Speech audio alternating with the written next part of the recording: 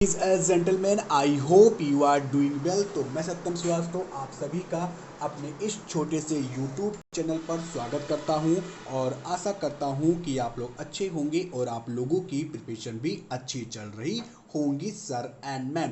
तो दोस्तों हम लोग यूपी टेट और सी टेट को ध्यान में रखते हुए इस सीरीज को शुरू कर रहे हैं जिसका नाम है इन्वायरमेंट दोस्तों, जो कि मोस्ट इम्पॉर्टेंट टॉपिक है। आप जो भी एग्ज़ाम दोगे यूपी टेट और सी टेट के अलावा भी आप जितनी भी आप एग्ज़ाम दोगे ये कोर्स उतना ही महत्वपूर्ण रहेगा दोस्तों, ठीक है। तो इसको हम लोग एमसीक्यू विथ एक्सप्लेनेशन के साथ इस सीरीज को मैं शुरू कर रहा हूं। आप मेरे बारे में ज़्यादा जान सकते हो।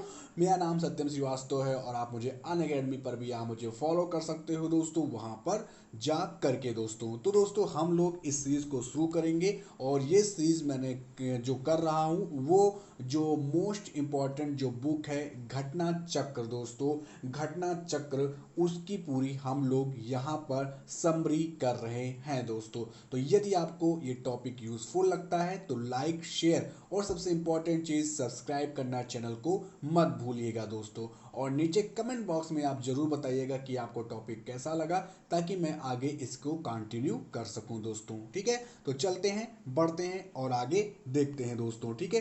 तो ये सारे इतने सारे टॉपिक हैं जो हम लोग यहाँ पर पढ़ने वाले हैं दोस्तों, ठीक है।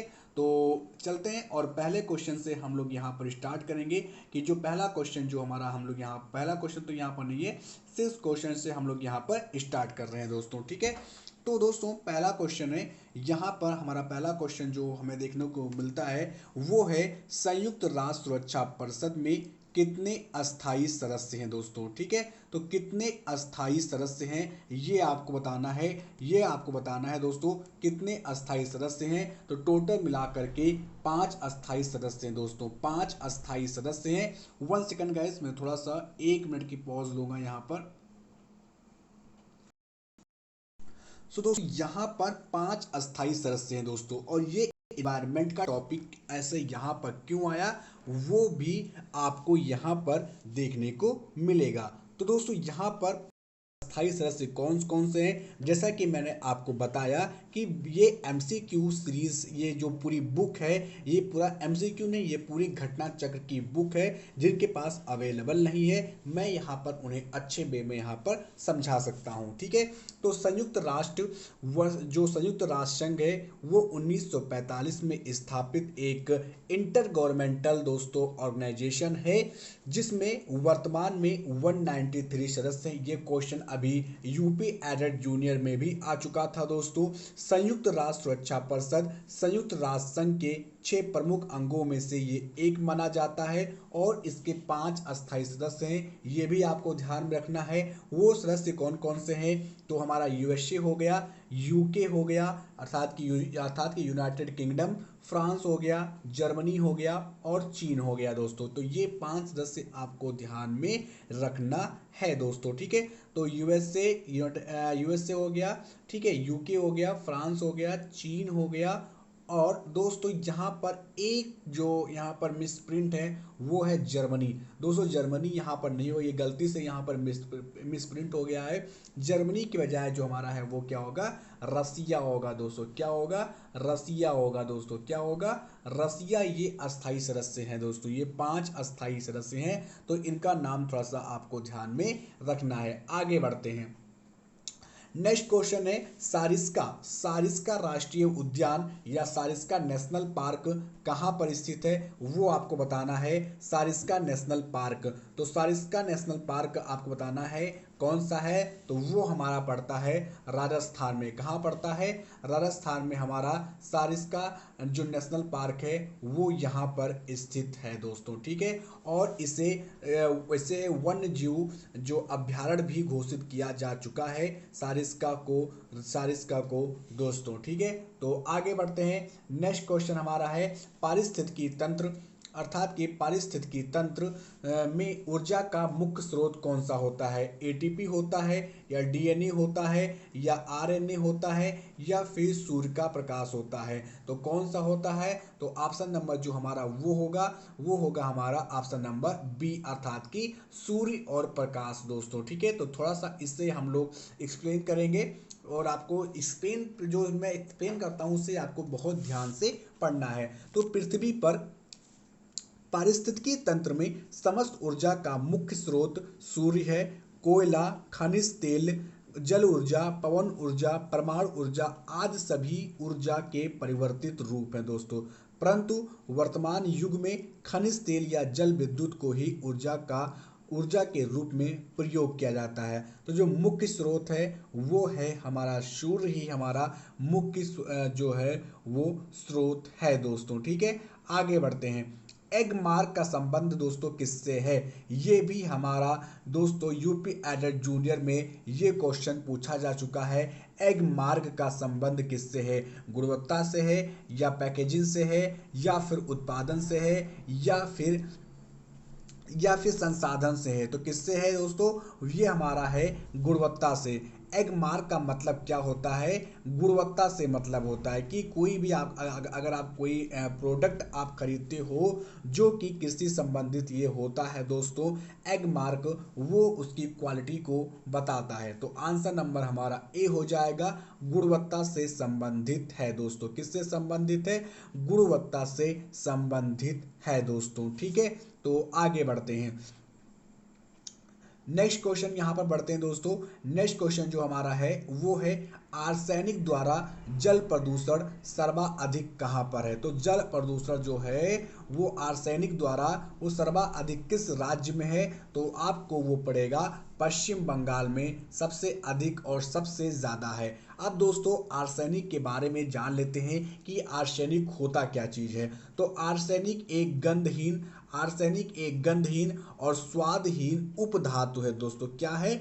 उपधातु है, धातु नहीं है, उपधातु है, जो जमीन के सतह के नीचे प्रचुर मात्रा में ये उपलब्ध होता है।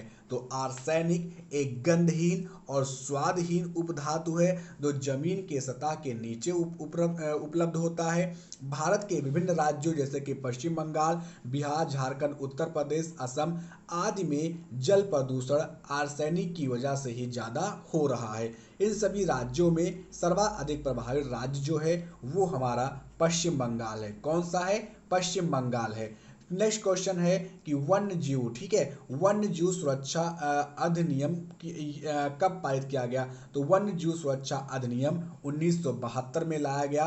1972 में लाया गया, ये तो आपको पता ही होगा। 1972 में लाया गया और 2003 में इसे संशोधित किया गया था।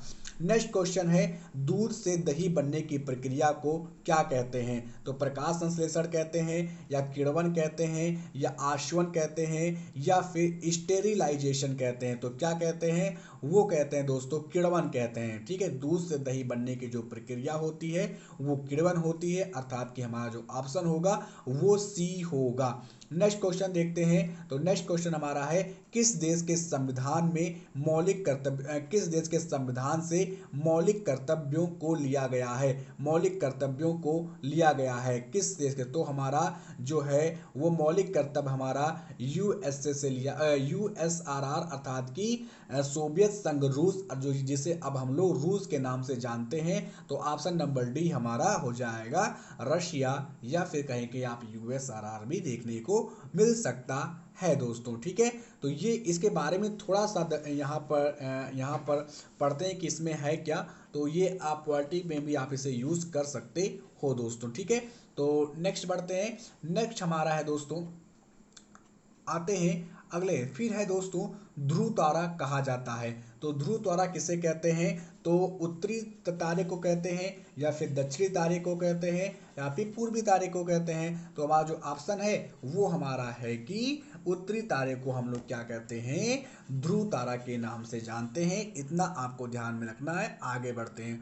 ठीक है, भारत में प्रोजेक्ट टाइगर का प्रारंभ किया गया था 1972 में किया गया, या फिर 1973 में किया गया, 1981 में किया गया, या फिर फिर 1985 में किया गया। तो इसका आप सिंपल से ध्यान में रखना कि 1972 में हमारा अधिनियम आता है, वन्यजीव संरक्षण अधिनियम आता है 1972 में, और इसी के एक साल बाद हमारा 1973 में प्रोजेक्ट टाइगर शुरू हो जाता है दोस्तों। ठीक है, प्रोजेक्ट टाइगर है क्या, इसके बारे में थोड़ा सा मैं आपको बता दूं। ठीक है, तो वैज्ञानिक, आर्थिक और सौंदर्य परक, सांस्कृतिक और पारिस्थितिकी दृष्टिकोण से भारत में बाघों की वास्तविक आबादी को बरकरार रखने के लिए तथा लोगों की शिक्षा एवं मनोरंजन हेतु राष्ट्रीय धरोहर के रूप में इसके जैविक महत्व के क्षेत्रों को परिभाषित करने के उद्देश्य से ही केंद्र सरकार के द्वारा बाघ परियोजना 1973 में शुरू किया गया। और इसी के उल्लेखनीय है कि हम लोग 29 जुलाई को अंतर्राष्ट्रीय टाइगर दिवस के रूप में भी मनाते हैं। तो एक क्वेश्चन आपको यहाँ से भी और मिल गया इसी में से कि अंतर्राष्ट्रीय टाइगर डे हम लोग कब मनाते हैं। तो हम लोग मनाते हैं 29 जुलाई को टाइगर दिवस मनाते हैं। टाइगर दिवस मनाते हैं 29 जुलाई को। 29 जुलाई को क्या मनाते हैं, टाइगर दिवस मनाते हैं। फूलों की घाटी कहाँ पर स्थित है, ये भी आपको ध्यान रखना है। फूलों की घाटी जो हमारा है वो हमारा है उत्तराखंड में है दोस्तों। कहाँ पर है, उत्तराखंड में है दोस्तों, उत्तराखंड में। और ये एक नेशनल पार्क है, और ये एक नेशनल पार्क है, और साथ ही साथ इसे दोस्तों यूनेस्को की वर्ल्ड हेरिटेज साइट में भी दर्जा दिया गया है। द वैली ऑफ फ्लावर हमारा उत्तराखंड में है। तो ये थोड़ा सा आपको ध्यान में रखना पड़ेगा। एक वयस्क मानव में कुल अस्थियों की संख्या कितनी होती है, तो ये आपको पता होगा 206 अस्थि होती है। तो कहीं कहीं ये भी आ जाता है, तो कहीं कहीं बीच में आपको थोड़ा बहुत आप कह सकते हो कि थोड़ा बहुत पॉलिटी और साइंस मिलेगा, लेकिन अधिकतर जो ये सीरीज है वो इन्वायरमेंट को ही समर्पित है। ठीक है, तो कहीं कहीं मिल जाएगा क्वेश्चन, तो उससे आप घबराइएगा नहीं।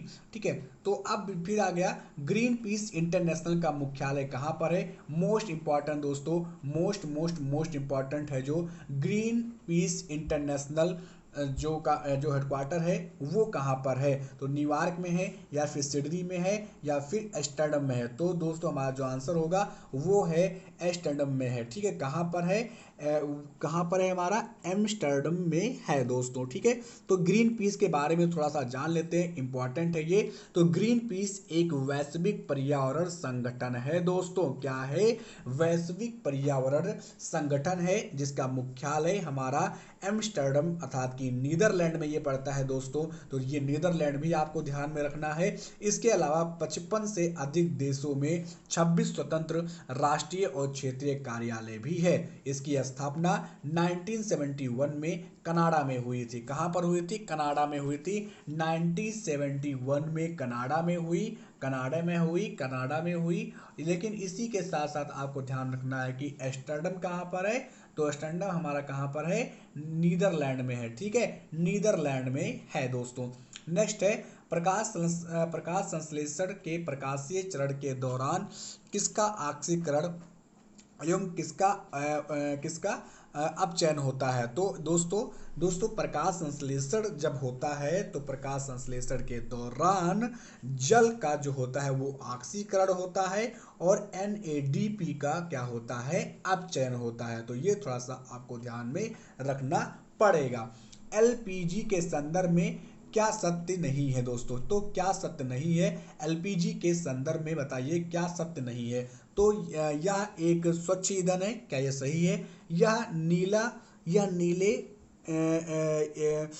यह उष्मीय मान का है, या नीले ज्वाला से जलने वाला है, या फिर यह मीथेन उत्सर्जन करने वाला है। तो क्या सही नहीं है, आपको ये बताना है। ठीक है, तो ये ऑप्शन डी हमारा जो है, या मीथेन उत्सर्जन नहीं करता है, ये हमारा सही हो जाएगा। तो दोस्तों इसके बारे में थोड़ा सा जानते हैं। तो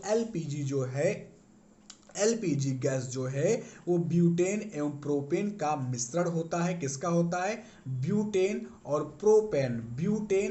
प्रोपेन का मिश्रण होता है, जिसे ऊष्म दाब पर द्रवित कर सिलेंडरों में भरा जाता है। तो एलपीजी में दो गैस कौन कौन सी होती है, तो प्रोपेन और ब्यूटेन, इन दोनों का मिश्रण होता है। ये आपका यूपी एडल्ट जूनियर में ये क्वेश्चन आ चुका है 2021 के एग्जाम में।